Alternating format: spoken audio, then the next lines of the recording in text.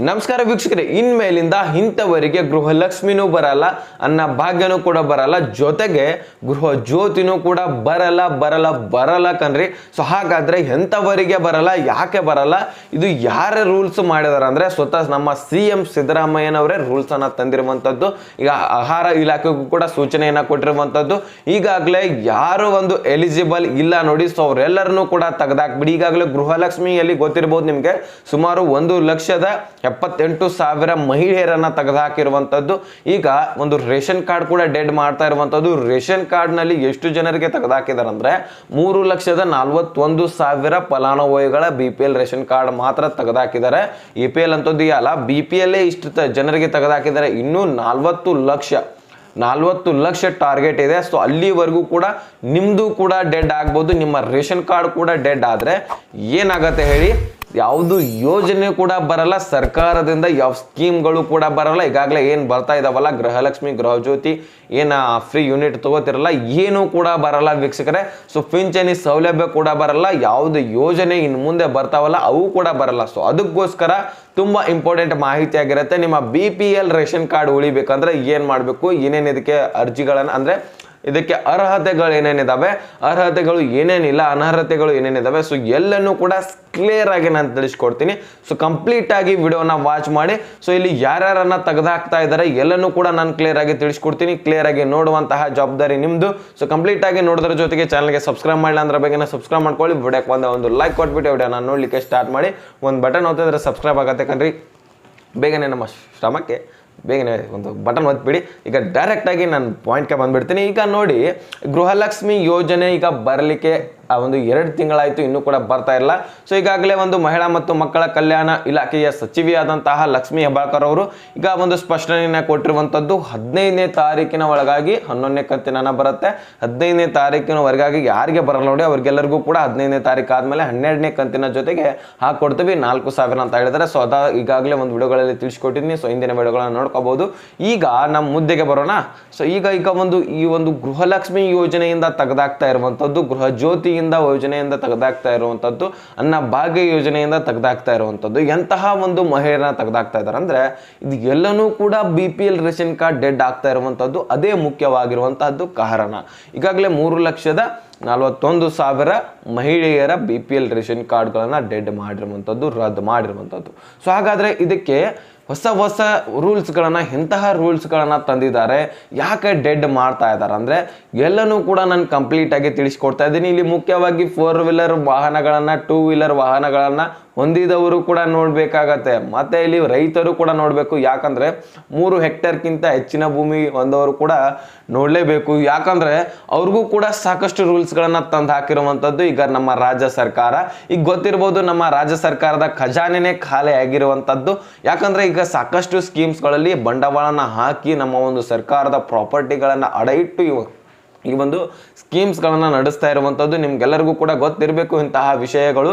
ಯಾಕಂದ್ರೆ ಈಗ ಹಣನೇ ಇಲ್ಲ ಅಂತ ಒಂದು ಮಾಹಿತಿ ಬರ್ತಾ ಇರುವಂತದ್ದು. ಹಣಕಾಸು ಇಲಾಖೆ ಕೂಡ ಈಗ ಒಂದು ರಾಜ್ಯ ಸರ್ಕಾರಕ್ಕೆ ಈ ಒಂದು ಸ್ಕೀಮ್ಸ್ ಗಳನ್ನ ಇದೇ ರೀತಿಯಾಗಿ ಮುನ್ನಡೆಸ್ತಾ ಹೋದ್ರೆ ನಮ್ಮ ಒಂದು ಆರ್ಥಿಕ ಪರಿಸ್ಥಿತಿ ಹದಗೆಟ್ಟತ್ತೆ.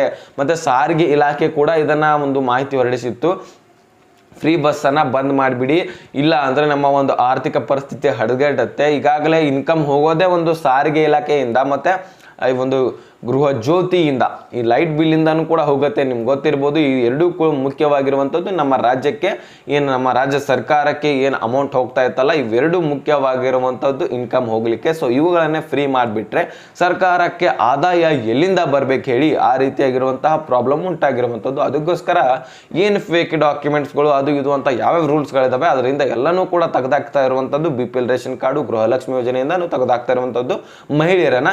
ಸೊ ಅದು ಏನು ಅನ್ನೋದನ್ನ ನಾವೀಗ ನೋಡ್ತಾ ಹೋಗೋಣ. ಒಂದೊಂದಾಗಿ ನಾನು ಕ್ಲಿಯರ್ ಆಗಿ ಸ್ಟೆಪ್ ಬೈ ಸ್ಟೆಪ್ ತಿಳಿಸ್ತಾ ಹೋಗ್ತೇನೆ. ಸೊ ಕಂಪ್ಲೀಟ್ ಆಗಿ ನೋಡ್ತಾ ಹೋಗಿ ಒಂದೊಂದಾಗಿ. ಈಗ 4 ವೀಲರ್ 2 ವೀಲರ್ ಬಗ್ಗೆ ಮಾತನಾಡೋಣ. ಸೊ 4 ವೀಲರ್ 2 ವೀಲರ್ ಅವರು ಕೂಡ ಬಹಳಷ್ಟು ಜನ, ಆಲ್ಮೋಸ್ಟ್ ಎಲ್ಲರ ಮನೆಯಲ್ಲೂ ಕೂಡ 2 ವೀಲರ್ ಅಂತ ಇದ್ದೇ ಇರುತ್ತೆ. 4 ವೀಲರ್ ಕೂಡ ತಗೊಂಡಿರ್ತಾರೆ. ಯಾಕಪ್ಪ ಅಂದ್ರೆ ಒಬ್ಬೊಬ್ರು ಒಂದು ಅವರ ಉದ್ಯೋಗಗಳಿಗೋಸ್ಕರ ತಗೊಂಡಿರ್ತಾರೆ, ಒಬ್ಬೊಬ್ರು ಮನೆ ಬಳಕೆಗೋಸ್ಕರ ತಗೊಂಡಿರ್ತಾರೆ, ನಮ್ಮ ಸ್ವಂತಕ್ಕೆ ಬೇಕಾಗಿದೆ ಅಂತಾನು ಕೂಡ ತಗೊಂಡಿರ್ತಾರೆ. ಸೊ ಅದಕ್ಕೋಸ್ಕರ ಇವರಿಬ್ಬರ ನಡುವೆ ಅಂತರ ಇದೆ, ಹೌದಲ್ವಾ? ಈಗ 4 ಏನು ಚಕ್ರ ವಾಹನ ತಗೊಂಡಿರ್ತಾರಲ್ಲ, ಒಂದು 4 ವೀಲರ್ ವಾಹನಗಳು, ಸೊ ಅಲ್ಲಿ ಸಾಕಷ್ಟು ಜನ ಉದ್ಯೋಗಗಳಿಗೋಸ್ಕರ ತಗೊಂಡಿರ್ತಾರ ಅದಕ್ಕೆ ಏನಂತ ಕರೀತಾರೆ ಅಂದ್ರೆ ಯೆಲ್ಲೋ ಬೋರ್ಡ್ ಕಾರ್ ಅಂತ ಕರೀತಾರೆ. ಯಾರು ಉದ್ಯೋಗಗಳಿಗೋಸ್ಕರ ತಗೊಂಡಿರ್ತಾರೆ ಅವ್ರಿಗೆ ಯೆಲ್ಲೋ ಬೋರ್ಡ್ ಕಾರ್ ಅಂತಾರೆ. ನೆಕ್ಸ್ಟ್ ಯಾರು ಒಂದು ಮನೆ ಬಳಕೆಗೋಸ್ಕರ ನಮ್ಮ ಒಂದು ಸ್ವಂತ ಉಪಯೋಗಕ್ಕೋಸ್ಕರ ಅಂತ ತಗೊಂಡಿರ್ತೀರ ಸೊ ಅವರಿಗೆ ವೈಟ್ ಬೋರ್ಡ್ ಕಾರ್ ಅಂತಾರೆ. ಸೊ ವೈಟ್ ಬೋರ್ಡ್ ಕಾರ್ ಅನ್ನ ಯಾರು ಹೊಂದಿರ್ತೀರಾ, ನಿಮ್ಮ BPL ರೇಷನ್ ಕಾರ್ಡ್ ಇರುತ್ತೆ, ಅದ್ರ ಸಹಿತ ಅಂತಹ ವಾಹನಗಳನ್ನ ತಗೊಂಡಿರ್ತೀರ ಸೊ ನಿಮ್ಮೆಲ್ಲರ BPL ರೇಷನ್ ಕಾರ್ಡ್ಗಳು ಡೆಡ್ ಆಗತ್ತೆ, ರದ್ದಾಗತ್ತೆ. ಯಾರು ವೈಟ್ ಬೋರ್ಡ್ ಕಾರನ್ನ ಹೊಂದಿರುವಂಥವ್ರು. ಆದ್ರೆ ಇಲ್ಲಿ ಯೆಲ್ಲೋ ಬೋರ್ಡ್ ಮನೆ ಅಂದ್ರೆ ಉದ್ಯೋಗಗಳಿಗೋಸ್ಕರ ತಗೊಂಡಿರುವಂಥವ್ರು ಕೇಳ್ಬೋದು, ನಮ್ದು ಕೂಡ 4 ವೀಲರ್ ಇದೆ ಅಂತ ಅನ್ಬೋದು. ನಿಮ್ದೇನು ಕೂಡ ಪ್ರಾಬ್ಲಮ್ ಇಲ್ಲ. ಯೆಲ್ಲೋ ಬೋರ್ಡ್ ಕಾರನ್ನ ಹೊಂದಿರುವಂಥವ್ರು ಸೊ ನೀವು ತಲೆನೇ ಕೆಡ್ಸ್ಕೋಬೇಡಿ. ನಿಮ್ಗೆ ಆ ಒಂದು ಉದ್ಯೋಗಗಳಿಗೋಸ್ಕರನೇ ತಗೊಂಡಿರ್ತಾರ ಅಂತ ಒಂದು ಸರ್ಕಾರಕ್ಕೆ ಸೂಚನೆ ಆಗಾಗಲೇ ಈಗ ಏನು ಸಾರಿಗೆ ಇಲಾಖೆ ಇದೆಲ್ಲ ಸೊ ಅದು ಕಳಿಸಿರತ್ತೆ. ಸೊ ನೀವೇನು ತಲೆ ಕೆಡಿಸ್ಕೋಬೇಡಿ, ನಿಮ್ಮ ಒಂದು BPL ರೇಷನ್ ಕಾರ್ಡು ರದ್ದಾಗಲ್ಲ, ಅದು ಮುಂದುವರಿತಾನೆ ಹೋಗುತ್ತೆ. ಓಕೆನಾ.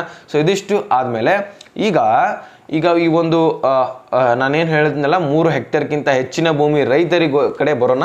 ರೈತರಿಗೆ ಈಗ ಹೇಳ್ಬೇಕಂದ್ರೆ ಇಲ್ಲಿ 3 ಹೆಕ್ಟೇರ್ಗಿಂತ ವನಭೂಮಿ ಹೊಂದಿರಲಿ ಅಥವಾ ನೀರಾವರಿ ಭೂಮಿ ಹೊಂದಿರಲಿ. ಸೊ 3 ಹೆಕ್ಟೇರ್ಗಿಂತ ಹೆಚ್ಚಿನ ಭೂಮಿಯನ್ನು ಹೊಂದಿದ್ದೇ ಆದರೆ ನಿಮ್ಮದು ಕೂಡ ರೇಷನ್ ಕಾರ್ಡ್ ಡೆಡ್ ಆಗತ್ತೆ, ರದ್ದಾಗತ್ತೆ.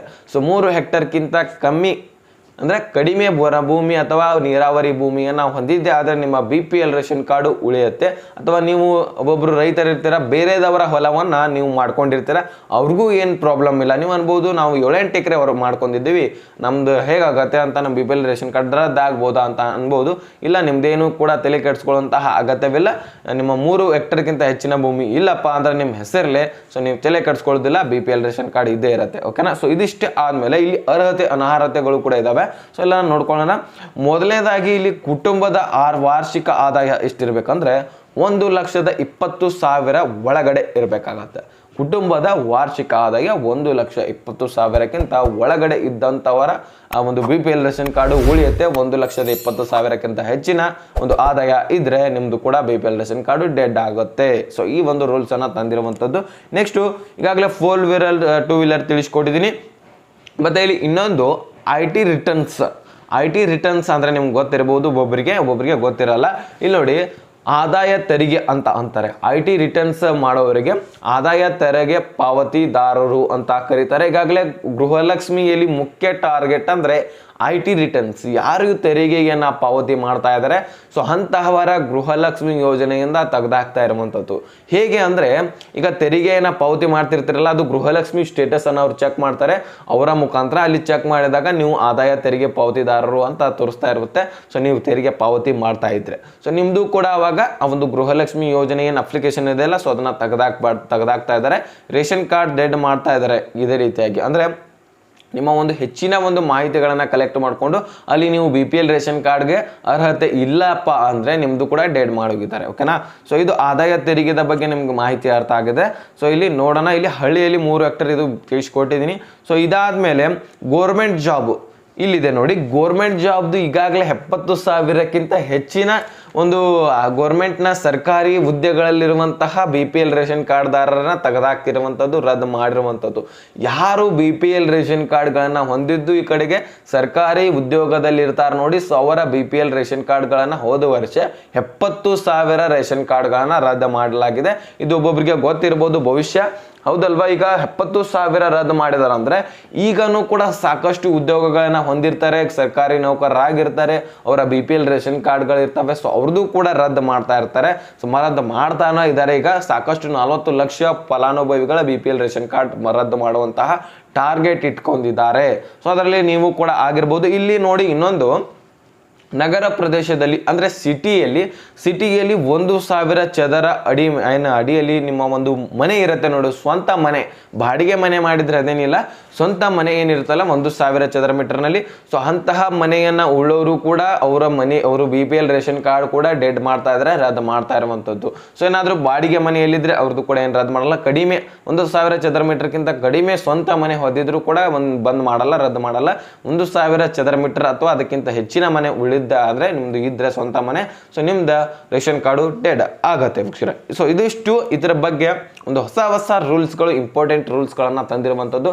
ಇದರಿಂದ ಸಾಕಷ್ಟು ಗೃಹಲಕ್ಷ್ಮಿ ಯೋಜನೆಗೆ ಬೀಳ್ತಾ ಇದೆ. BPL ರೇಷನ್ ಕಾರ್ಡ್ ಬಂದ್ ಮಾಡಿದ್ರೆ ಯಾವುದೇ ಸರ್ಕಾರಿ ಯೋಜನೆಗಳೇ ಸಿಗಲ್ಲ ವೀಕ್ಷಕರೇ. ಇನ್ನೊಂದು ಇಂಪಾರ್ಟೆಂಟ್ ಮಾಹಿತಿ ಏನಪ್ಪಾ ಅಂದರೆ 1 ಲಕ್ಷ ಮಹಾಲಕ್ಷ್ಮಿ ಯೋಜನೆ ಏನು ಬಂತಲ್ಲ ಕಣ್ರಿ. ಸೊ ಈಗಾಗಲೇ ಒಂದು ವಿಡಿಯೋದಲ್ಲಿ ಹೇಳಿದ್ದೀನಿ. ಸೊ ಅದನ್ನೇ ಹೇಳ್ತಾ ಇದ್ದೀರಾ ಅಂತ ಅನ್ಕೋಬಹುದು ನೀವು. ಕೆಲವೊಂದಿಷ್ಟು ಹೊಸ ವೀಕ್ಷಕರು ಕೂಡ ಇರ್ತಾರೆ, ಒಬ್ಬೊಬ್ಬರಿಗೆ ಅರ್ಥ ಆಗಿರಲ್ಲ, ಅವ್ರಿಗೂ ಕೂಡ ತಿಳಿಸ್ಕೊಡ್ಬೇಕಾಗತ್ತೆ. ಈಗ ಮಹಾಲಕ್ಷ್ಮಿ ಯೋಜನೆ ಅಂದರೆ ಕಾಂಗ್ರೆಸ್ ಸರ್ಕಾರ ಏನಾದರೂ ನಾವು ಅಧಿಕಾರಕ್ಕೆ ಬಂದರೆ ಮಹಾಲಕ್ಷ್ಮಿ ಯೋಜನೆಯಡಿ ಇಲ್ಲಿ 1 ಲಕ್ಷ ರೂಪಾಯಿ ಪ್ರತಿಯೊಂದು ಮನೆಗೆ, ನಮ್ಮ ದೇಶದಲ್ಲಿನೇ ಪ್ರತಿಯೊಂದು ಮನೆಗೆ ಕೊಡ್ತೇವೆ ಅಂತ ಹೇಳಿದ್ರು. ಈಗಾಗಲೇ ನಮ್ಮ ಕರ್ನಾಟಕದಲ್ಲಿ ಸಾಲ ಸಿಕ್ಕಾಪಟ್ಟಾಗಿದೆ, ಇನ್ನು ದೇಶದಲ್ಲಿನೂ ಕೂಡ ಆಗುವಂತಹ ಚಾನ್ಸಸ್ ಇತ್ತು. ಯಾಕಂದರೆ ನಮ್ಮ ದೇಶದ ಬಜೆಟ್ ಕೂಡ ಅಷ್ಟೊಂದು ಇಲ್ಲ ಕಣ್ರಿ. ಸೊ ಆ ಒಂದು ಬಜೆಟೇ ಇಲ್ಲ, ಮತ್ತೆ ಸಾಲವನ್ನು ಪಡೆದುಕೊಂಡು ಈ ಒಂದು ಸ್ಕೀಮ್ನಲ್ಲಿ ಹಾಕಬೇಕಾಗಿತ್ತು. ನೆಕ್ಸ್ಟು ಬೇರೆ ಸ್ಕೀಮ್ಸ್ಗಳಿರ್ತವೆ, ಮತ್ತು ಸರ್ಕಾರಿ ನೌಕರರ ಪಿಂಚಣಿಗಳನ್ನು ಕೊಡಬೇಕಾಗಿರುತ್ತೆ. ಸೊ ಅದೆಲ್ಲನೂ ಹೊರತುಪಡಿಸಿ ಬರೀ ಈ ಒಂದು ಸ್ಕೀಮ್ಗೋಸ್ಕರನೇ ಆ ಒಂದು ಬಜೆಟೇ ಸಾಲ್ತಾ ಇಲ್ಲ, ಆ ಮಟ್ಟಿಗೆ ಆ ಒಂದು ಹಣ ಇತ್ತು. ಸೊ ಈಗ ಪ್ರತಿಯೊಂದು ಮನೆಗೆ 1 ಲಕ್ಷ ರೂಪಾಯಿ ಹಣ ಕೊಟ್ಟಿದ್ರೆ ಸರ್ಕಾರ ಎಲ್ಲಿಂದ ತರಬೇಕು ಹಣ? ಸೊ ಬರೀ ಹಣಕ್ಕೋಸ್ಕರ ವಿಚಾರ ಮಾಡೋದು ಬೇಡ, ನಾವು ರಾಜ್ಯದ ನಮ್ಮ ಒಂದು ದೇಶದ ಅಭಿವೃದ್ಧಿಗೋಸ್ಕರ ನಾವು ಕೂಡ ವಿಚಾರ ಮಾಡಬೇಕಾಗುತ್ತೆ. ಆಲ್ಮೋಸ್ಟ್ ನಮ್ಮ ಕರ್ನಾಟಕ ಜನತೆ ವಿಚಾರ ಮಾಡ್ತಾ ಇರುವಂಥದ್ದು. ಸೊ ಈಗ ನೋಡಿ ವೀಕ್ಷಕರೇ, ಈ 1 ಲಕ್ಷ ರೂಪಾಯಿ ಹೇಗೆ ಕಾರಣವಾಯ್ತು ಅಂದರೆ, ಪ್ರತಿಯೊಂದು ಮಹಿಳೆಯರು ಏನು ಮಾಡ್ತಾರೆ ಅಂದರೆ ಪೋಸ್ಟ್ ಆಫೀಸ್ನಲ್ಲಿ ಪೋಸ್ಟಲ್ ಅಕೌಂಟನ್ನು ಕ್ರಿಯೇಟ್ ಮಾಡಲಿಕ್ಕೆ ಸರದಿ ಸಾಲ ಹಚ್ಬಿಟ್ರು ಕಣ್ರಿ. 1 ಲಕ್ಷ ರೂಪಾಯಿ ಏನು ಘೋಷಣೆ ಆಯ್ತಲ್ಲ, ಇನ್ಮೇಲಿಂದ ಒಂದು ಕಾಂಗ್ರೆಸ್ ಸರ್ಕಾರ ಇಲ್ಲಿ ಕೂಡ ಬಂದಿದೆ, ಮೇಲ್ಗಡೆ ಕೂಡ ಬಂತಂದರೆ ನಮಗೆ 1 ಲಕ್ಷ ರೂಪಾಯಿ ಸಿಗತ್ತಲ್ಲ ಅಂತ ಸಾಕಷ್ಟು ಪೋಸ್ಟಲ್ ಅಕೌಂಟ್ಗಳನ್ನು ಪೋಸ್ಟ್ ಆಫೀಸ್ಗಳಲ್ಲಿ ಮಾಡಿಸಿದ್ರು. ಸೊ ಹೀಗಾಗಿ ಆ 1 ಲಕ್ಷದ ಒಂದು ಹಣವನ್ನು ಪಡಿಲಿಕ್ಕೆ ಸಾಕಷ್ಟು ಜನರು ಫೇಕ್ ಡಾಕ್ಯುಮೆಂಟ್ಸ್ಗಳನ್ನು ಮಾಡಿಸ್ಕೊಂಡ್ರು. ಹೇಗೆ ಮಾಡಿಸ್ಕೋತಾರೆ ಅಂತ ನೀವು ಅನ್ಬೋದು ವೀಕ್ಷಕರೇ. ಈಗಾಗಲೇ ಸಾಕಷ್ಟುಗಳು ಶ್ರೀಮಂತ ಜನರಿರ್ತಾರೆ, ಅವ್ರ ಹತ್ರ 2 ಅಲ್ಲ 3 ಕೋಟಿ ಹಣ ಇದ್ರೂ ಸಹಿತ 1 ಲಕ್ಷ ರೂಪಾಯಿ ಗೌರ್ಮೆಂಟ್ನಿಂದ ಫ್ರೀ ಬರ್ತಾ ಇದೆ ಅಂದರೆ ಬಿಡಲ್ಲ ಕಣ್ರಿ. ನೀವು ನಂಬಲಿ ಅಥವಾ ನಮ್ಮದೇ ಇರಲಿ, ಬಿಡಲ್ಲ, ಯಾರು ಕೂಡ ಬಿಡಲ್ಲ.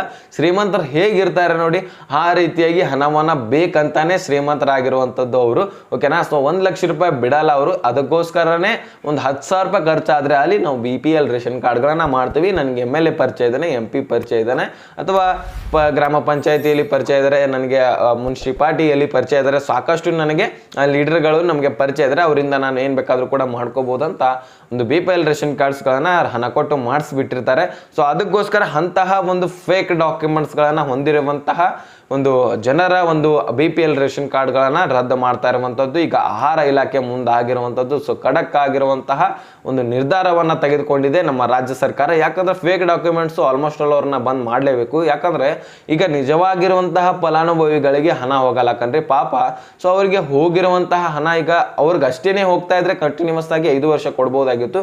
ಈಗ ಫೇಕ್ ಡಾಕ್ಯುಮೆಂಟ್ಸ್ ಸಿಕ್ಕಾಪಟ್ಟೆ ಜನರಿದ್ದಾರೆ. ಆಲ್ಮೋಸ್ಟ್ ಆಲ್ ನಮ್ಮ ಕರ್ನಾಟಕದಲ್ಲಿ 80% BPL ರೇಷನ್ ಕಾರ್ಡ್ಗಳನ್ನು ಹೊಂದಿದಾರಂತೆ. ಸೊ ಅಲ್ಲಿ ಬಹಳ ಆದರೆ 50% ಮಾತ್ರ ನಮ್ಮಲ್ಲಿ ಬಡತನ ಇದೆ.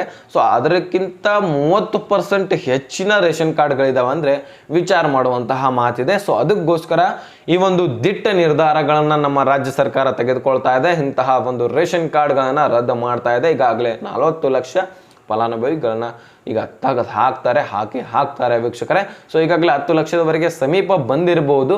ಸೊ ನಿಮ್ಮ ಏನಾದರೂ ಈ ಒಂದು ರೂಲ್ಸ್ ಏನು ಅರ್ಹತೆ ಇಲ್ಲಪ್ಪ ಅಂದರೆ ನಿಮ್ಮದು ಕೂಡ ರದ್ದು ಮಾಡ್ತಾರೆ. ಓಕೆ, ಸೊ ಯಾರು ಬೇಕಾದರೂ ಇರಲಿ ರದ್ದು ಮಾಡೇ ಮಾಡ್ತಾರೆ ವೀಕ್ಷಕರೇ. ಅರ್ಹತೆ ಇದ್ದರೆ ನೀವೇನು ತಲೆ ಕೆಡಿಸ್ಕೊಳ್ಳುವಂತಹ ಅಗತ್ಯವಿಲ್ಲ. ಸೊ ಇಷ್ಟು ಮಾಹಿತಿಗಳನ್ನು ನಾನೀಗ ತಿಳಿಸ್ಕೊಟ್ಟಿದ್ದೀನಿ, ಕ್ಲಿಯರ್ ಆಗಿ ಅರ್ಥ ಆಗಿದೆ ಅಂತ ಅನ್ಕೋತೇನೆ.